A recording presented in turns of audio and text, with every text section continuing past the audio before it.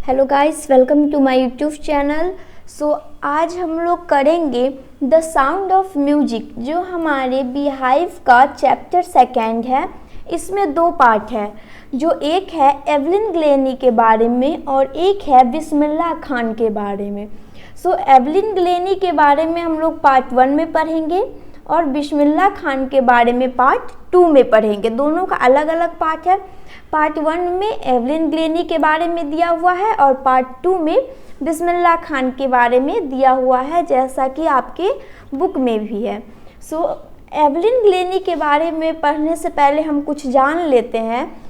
Evelyn Glenny जो थी उसे सुनाई नहीं देता था, मतलब वो डेफ थी, वो बहरी थी, उसे सुनाई नहीं देता था और वो बहरी थी, फिर भी वो बहुत बड़े म्यूजिशियन है। मतलब इंस्ट्रूमेंट वगैरह वो इतना अच्छा बजाती है ना, जितना मतलब कोई बजा नहीं सकता। उसको सुनाई नहीं देता, फिर भी उसने कई सारा लैंग्वेज सीखा, फिर भी वो लोगों की बात को समझ जाती थी। वो कैसे? लिपसिंग के हेल्प से, लोग क्या बोल रहा है क्या नहीं, उसके ओठ जैसे हिलता है बोलते हैं तो उससे वो समझ जाती थी और उसका वो रिप्लाई देती थी। एवलिन ग्लेनी ऐसी थी।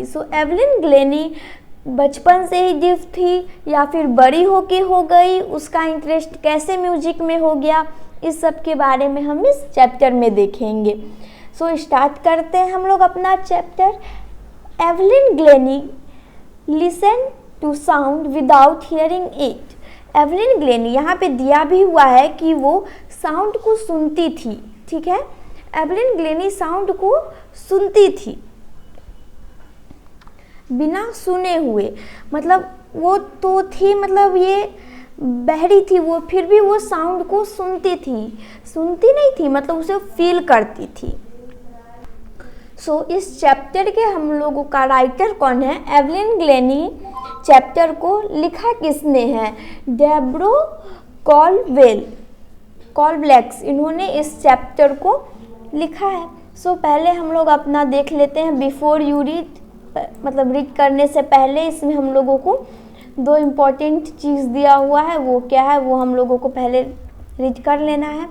God may have taken her hearing but he has given her back sometimes extraordinary. What we hear she feel far more deeply than any of us. That is why she express music so beautifully.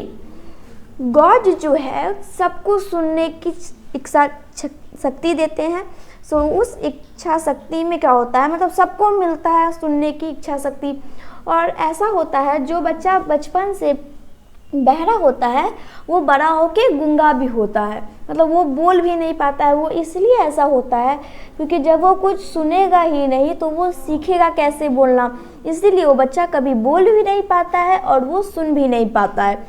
Evelyn Glenny के साथ ऐसा नहीं हुआ था, वो बचपन से ठीक थी, तब उसे बोलना आता था, वो बचपन से ठीक थी, लेकिन थोड़ी बड़ी होके उसका हियरिंग पावर कहाँ चला गया? हियरिंग पावर हट गया। फिर जो भी हम लोग बोलते थे वो एकदम डीपली उसको क्या करती थी? फील करती थी, एकदम डीपली, एकदम उसको सुनती थी, ठीक है। सुनता उसको सुनाई नहीं देता था, लेकिन मैं आप लोगों को बताई लिपसिंग के हेल्प से वो समझ जाती थी। उसके लिए बहुत मुश्किल होता था, लेकिन वो उसका प्रैक्टिस बन चुका था। फिर धीरे धीरे वो उसका हैबिट हो गया था। Read the flowing account of a person who fought against a physical disability and made her life a success story. फिर उस मतलब इतना उसका ये हो गया था, अगर म्यूज़िक में अगर वो नहीं जा पाती तो मतलब वो उतना सक्सेस नहीं हो पाती। उन्होंने मतलब डिफ होके भी वो इतना मेहनत की।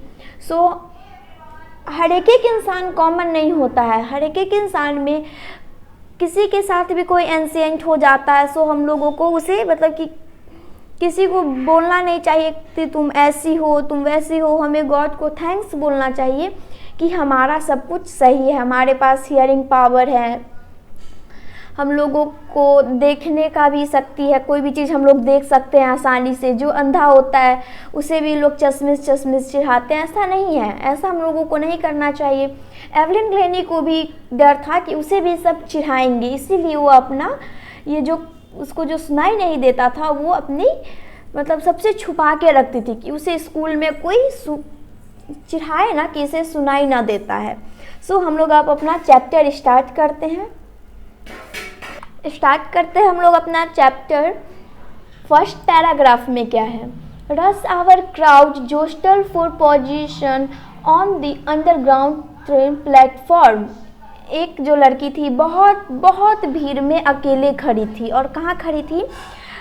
कहाँ पे? एकदम भीड़ में, एकदम मतलब बहुत ज़्यादा भीड़ था। और एक लड़की एक ट्रेन के प्लेटफॉर्म पे खड़ी थी, यानी कि जिसे हम लोग स्टेशन बोलते हैं। जब देखते हैं हम लोग ट्रेन आता है तो कितना भीड़ रहता है, कितना सारा आदमी उसमें चढ़ता है उतरता है। वहाँ पे एक लड़की अकेले थी। इस slight girl looking younger than her 17 years. और वो लड़की यंग थी और वो 17 ईयर की थी, मतलब 17 साल की थी। Was nervous and excited as she felt the vibration of the approaching train। और उसे सुनाई नहीं देता था। तो जब ट्रेन आता है तो मतलब हम लोगों को थोड़ा बॉडी से भी फील आता है, एकदम बॉडी मतलब अजीब होने लगता है। सो वो भी उसे सुनाई तो नहीं देता था, लेकिन उसे महसूस हुआ कि कुछ आ रहा है, ट्रेन हमारे पास आ गया है। इसीलिए देखते हैं जब ट्रेन पास होता है तो वहाँ पे मतलब जो खड़ा रहता है उसे लगता है कि वो मतलब हिल टाइप का रहा है, क्योंकि ट्रेन मतलब जब चलता है तो साइड का जो लगता है हल्का हल्का वो सब हिल रहा है। सो उससे उसे लगता है कि ट्रेन अब आ गया है, वो फील करती है।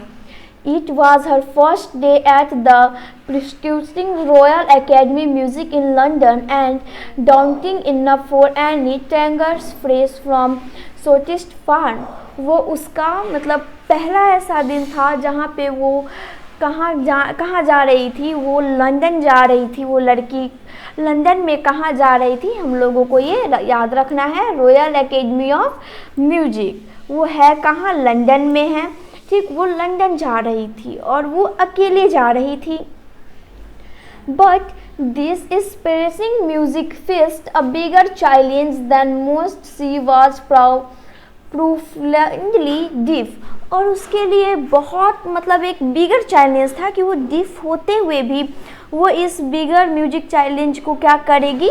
मतलब फाइट करेगी उसमें। मतलब उसमें बहुत सारा आदमी रहा होगा, तब वो भी लड़की वहाँ पे गई और उसे सुनाई भी नहीं देता था, फिर भी वो रॉयल एकेडमी में गई, जो कहाँ था? लंदन में था। वो वहाँ गई। अब हमारा सेकंड है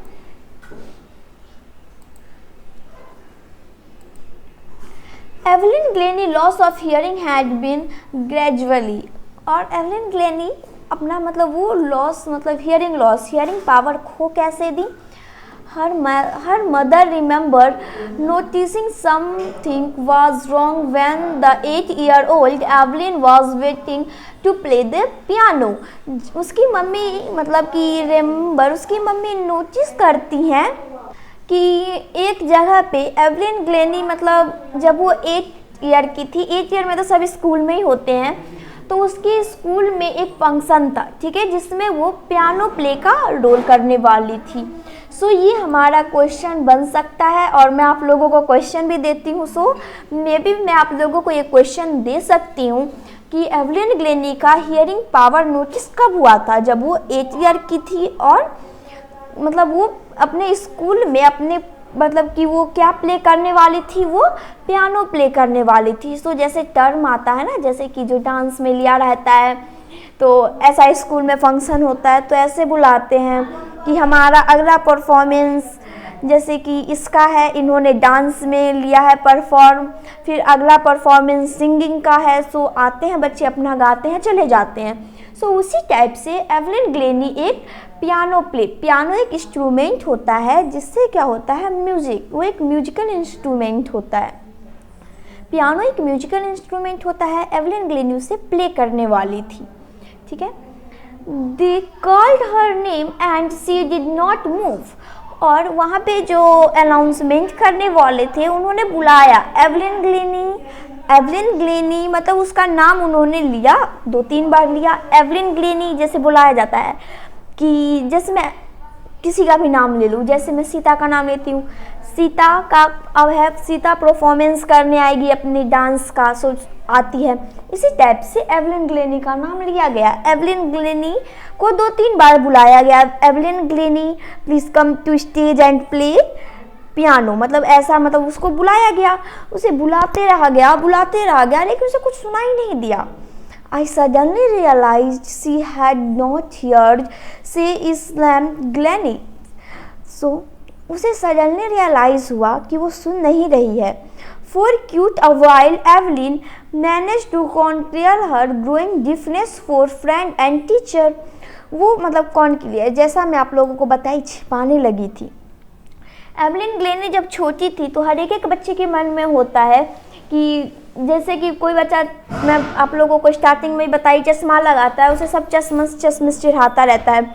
उसी टाइप से एवलिन ग्लेनी को क्या था कि उसे डर था कि कहीं मेरे फ्रेंड को अगर पता चल जाएगा कि मैं बहरी हूँ, मुझे सुनाई कम देता है, तो वो लोग मेरे बारे में क्या सोचेंगे, सब मुझे चिढ़ाएंगे। उसे ऐसा मतलब ऐसा फील होने लगा। But by the time she was Evelyn, her mark had deteriorated and her headmaster urged her parents to take to her a specialist. फिर क्या हुआ, उसका जो हियरिंग मतलब वो उसे सुनाई नहीं देता, हियरिंग पावर्स का ख़त्म हो चुका है। वो उसके हेडमास्टर को मतलब क्या हुआ, एर्ग्यूड मतलब उसके हेडमास्टर को पता चल गया और उसने उसके पेरेंट्स को बुलाया और उसे कहा कि आप एवलिन ग्लेनी को किसी स्पेशलिस्ट के पास लेके जाएं या किसी डॉक्टर के पास लेके जाएं। It was then discovered that her hearing was severely impaired as a result of gradually never damage। फिर उसे पता चला कि उसका जो हियरिंग पावर था वो बहुत बहुत वीक हो चुका था। इम्पेयर्ड मतलब होता है कमज़ोर होना, वो बहुत बहुत वीक हो चुका था, मतलब वो बिल्कुल ख़राब ही हो चुका था, उसे सुनाई ही नहीं दे रहा था, मतलब ऐसा उसे मतलब अब डिस्कवर हो चुका था, डॉक्टर ऐसा बोल दिया। They were advised that they should be fitted with hearing aids and sent to a school for the deaf। फिर उसे डॉक्टर ने उसके पेरेंट्स को मतलब एडवाइस दिया, मतलब कि उसे मतलब कुछ मेडिकल वगैरह दिया, मतलब एड्स वगैरह साधन वगैरह दिया। फिर उसे कहा कि आप इसे कहाँ भेजें, कौन से स्कूल में आप इसे भेजें, हियरिंग स्कूल में आप इसे भेजें, जिसके कारण जहाँ पे हियरिंग स्कूल में मतलब हियरनेस स्कूल में जहाँ पे जिस बच्चे को सुनाई नहीं देता है वो हियरनेस स्कूल में रहते हैं, वहाँ पे सब बच्चे बहरे होते हैं जिसे सुनाई नहीं देता है। एवेनली सडनली लुक ब्लैक से एवेनली बोलती है मुझे उस टाइम मतलब सब काला काला दिखने लगा, एकदम मतलब कुछ समझ में नहीं आ रहा था मेरे साथ क्या हो रहा है क्या नहीं। सोचो, आप ही लोग सोचो, जैसे कि हम लोग हैं, जैसे मानो मैं ही हूँ, अगर मुझे अचानक पता चल जाए कि मैं अब अंधी हो गई हूँ या फिर मुझे सुनाई नहीं दे रहा है, तो मुझे कैसा फील होगा कि मैं अब किसी की बातों को सुन नहीं सकती हूँ, अब मेरा क्या होगा, अब मैं क्या करूँगी अपनी लाइफ में, सब मुझे कितना चिढ़ाएंगे, कितना सारा बात मन में आता है। ढेर सारा क्वेश्चन उसके भी मन में आया और उसके सामने पूरा ब्लैक ब्लैक हो गया। ठीक है, अब हमारा थर्ड पैराग्राफ क्या बोल रहा है इसमें, but Evelyn was, wait colour change कर लूँ मैं, but Evelyn was not going to give up. But Evelyn जो थी वो वहाँ नहीं गई, डिफ वाले स्कूल में नहीं गई। She was determined to lead a normal life and pressure her interest in music. Evelyn जो थी हर एक आदमी के जैसे वो अपना नॉर्मल लाइफ जीना चाहती थी और वो नॉर्मल लाइफ जी भी, और उसने एकदम अपना इंटरेस्ट म्यूजिक में बना लिया। One day she notice a girl play a xylophone and decide that she want to play it too। एक दिन एवलिन एक लड़की को देखी, वो क्या की, वो जाइलोफोन मतलब एक इंस्ट्रूमेंट होता है जिसे बजाया जाता है, जैसा कि आप लोग यहाँ पे फिगर में देख सकते हो, ये एक जाइलोफोन है। ये एक म्यूजिकल इंस्ट्रूमेंट है जिसे मतलब उद्ब्रेन, जैसे कि ये उद्ब्रेन है, जैसे लकड़ी के ये होता है, ये लकड़ी का ये बना होता है, इसके आगे कुछ ऐसा गोल टाइप का लगा होता है जिससे उस पे ऐसे ऐसे करके मतलब मारने से ऐसे ऐसे इस पे कभी इस पे कभी इस पे फिर कभी ऐसे करेंगे, ऐसे ऐसे करते करते उससे साउंड आता है। तो एक बच्ची को देखी वो ऐसा बजा रही थी और वो चाहती थी कि वो भी ऐसा करे। Most of the teacher discourage her but parents run for support her potential। फिर वो वहाँ गई और मतलब हर एक चीज़ के लिए स्कूल होता है और वो बाहर में रहती थी, तो वो बहुत सारे टीचर के पास गई म्यूजिक सीखने, लेकिन कोई भी मतलब सब उसे बोलता था क्या तुम म्यूजिक करोगी, तुम बहरी हो, मतलब उसे डिस्करेज मतलब उसे नीचा दिखाया, करेज हिम्मत नहीं दिया। ठीक है, जिस करेज मिस उसे मतलब हिम्मत ना देना, करेज हिम्मत देना, और हिम्मत इसलिए नहीं दिया, ऐसे बोला क्या तुम बहरी हो और तुम म्यूजिक सीखोगी, नहीं ऐसा हो नहीं सकता। लेकिन उसका हेल्प किसने किया? रॉन फोर्ब्स, उसके एक टीचर थे, उन्होंने इसका पूरा हेल्प किया म्यूजिक पूरा सीखने में, बिल्कुल अच्छे से एकदम अच्छे से एकदम मतलब शांत मन से उसका हेल्प किया। Potential quality available to be developed, उसकी क्वालिटी को एकदम डेवलप किया। He began by turning to large drum to different notes, और वो बड़े बड़े ड्रम को क्या के मतलब बजाने लगे। ठीक है, do not listen through your ear and would say try to sense it some other way। उन्होंने कहा तुम इसे अपने कानों से सुनने की कोशिश मत करो क्योंकि तुम तो बहरी हो, तुम्हें सुनाई नहीं देगा, तुम इसे दूसरे अदर वे दूसरे तरीके से तुम इसे सुनने की फील करने की कोशिश करो। Say Evelyn, suddenly I realized I could feel the higher drum from the west, the lower one from the waist down। फिर एवलिन ने कहा कि जब उसे फील हुआ तो एवलिन को भी फील होने लगा, तो वो क्या की मतलब वेस्ट मतलब कि हमारा बॉडी पार्ट होता है, ठीक है, तो हमारा कमर जो होता है उसके ऊपर से वो ऐसा फील करती थी, फिर और अपने पैर से फील करती थी, मतलब ऐसे ऐसे वो अपने बॉडी पार्ट से ही सारा जितना भी म्यूजिकल इंस्ट्रूमेंट है अप्रॉक्स 1000 तक म्यूजिकल इंस्ट्रूमेंट को वो फील कर लेती थी कि क्या बज रहा है क्या नहीं, और वो बजा अकेले भी लेती थी, कभी फिंगर से फील करती थी, पैर के फिंगर से, फिर कभी उसके मतलब बॉडी लैंग्वेज से, हैंड से, पैर से, ऐसे फील वो करती थी म्यूजिक। ठीक है, Forbes repeated the exercise and snow evenly. Evelyn discover that she could SIM certain notes different part of body. जैसे मैंने आप लोग को बता ही दिया कि वो अपने डिफरेंट पार्ट ऑफ बॉडी से उस सबको सुनने लगी, एकदम एकदम मतलब इतना जब वो बजाता था रॉन फॉक्स तभी वो क्या करती थी एकदम ध्यान से मतलब उसे लगाई रहती थी और मतलब अपने हर एक बॉडी पार्ट से वो मतलब उसको ऑब्जर्व करना फील करना शुरू कर दी। I had learned to open my mind and body to sound the vibration, the rest was sheer determined and hard work। उन्होंने मतलब बहुत ज़्यादा हार्ड वर्क किया इसे सीखने के लिए। आप लोग भी समझ सकते हो कि कितना हार्ड हो सकता है किसी के लिए जब वो बहरा हो और उसे कुछ सुनाई ना दे, सो बहुत ही ज़्यादा हार्ड हो जाता है उसके लिए कि वो कैसे क्या सीखेगा, वो समझ भी पाएगा या नहीं। सो इसी टाइप से एवलिन ग्लेनी के लिए भी बहुत हार्ड था उसे समझना, फिर भी वो उसे पूरा कोशिश की और वो उसे समझ गई। सो हमारा जो ये मैं अभी आप लोगों को यहीं पे एंड कर देती हूँ वीडियो, क्योंकि 18 मिनट अप्रॉक्स हो चुका है। अगर मैं आप लोगों को ज़्यादा देर पढ़ाऊँगी फिर ज़्यादा टाइम लैप्स हो जाएगा। सो मैं आप लोगों को बता दूँ कि इसका मैं आप लोगों को मतलब 3 पार्ट दूंगी, ठीक है, मतलब 2 पार्ट में आपको 6 वीडियो होगा। प्लीज़ आप लोग उसको देख लीजिएगा क्योंकि आपके ही वर्क है, आपका ही वर्क है, आपके अच्छाई के लिए है, क्योंकि बहुत ही ज़्यादा इम्पोर्टेंट चैप्टर है। सो मैं इसे अगर चाहूँगी तो 2 वीडियो में ख़त्म कर दूंगी, लेकिन आप लोग को समझ में नहीं आएगा, मैं एक एक वर्ड को समझा रही हूँ। सो प्लीज़ आप लोग थोड़ा सा वीडियो बड़ा हो जाता है, सो इसके मतलब कोई ये नहीं करना है, पूरा 3rd पार्ट तक आप लोग को देखिएगा। सो 3rd तक मैं आप लोगों को पढ़ा चुकी हूँ, फिर 6, 7 तक मैं 2nd में पढ़ाऊँगी। अब ये देख लीजिए एक बार आप लोग, ये है एवलिन ग्लेनी। देख रहे हो यही कैसे बजा रही है, देखो यही कितना सारा म्यूजिकल इंस्ट्रूमेंट है और ये इसे बजाई जा रही है। इसे सुनाई नहीं दे रहा है फिर भी ये फील करती हैं और ये बजाती है। सो ये हमारा पूरा इसमें 10 ठो पैराग्राफ है, हम लोग इसे कर लेंगे 3rd पार्ट तक। अगर आप लोगों को इतना समझ में आ गया तो प्लीज़ लाइक सब्सक्राइब ज़रूर कीजिएगा और हमारे चैनल को शेयर कीजिएगा जितना हो सके। रिजब को अपने फ्रेंड्स लोग के साथ शेयर कीजिएगा कि यहाँ पे अच्छा पढ़ाई होता है, इसे देखो। और यहाँ पे सबसे बड़ी बात है कि आप लोगों को कहीं जाने की ज़रूरत नहीं पड़ेगी। यहाँ पे आप लोग को नोट्स भी मिलेगा, क्वेश्चन आंसर्स भी, सारा चीज़ एकदम शॉर्ट में, एकदम मेन पॉइंट में आप लोगों को दे दूँगी।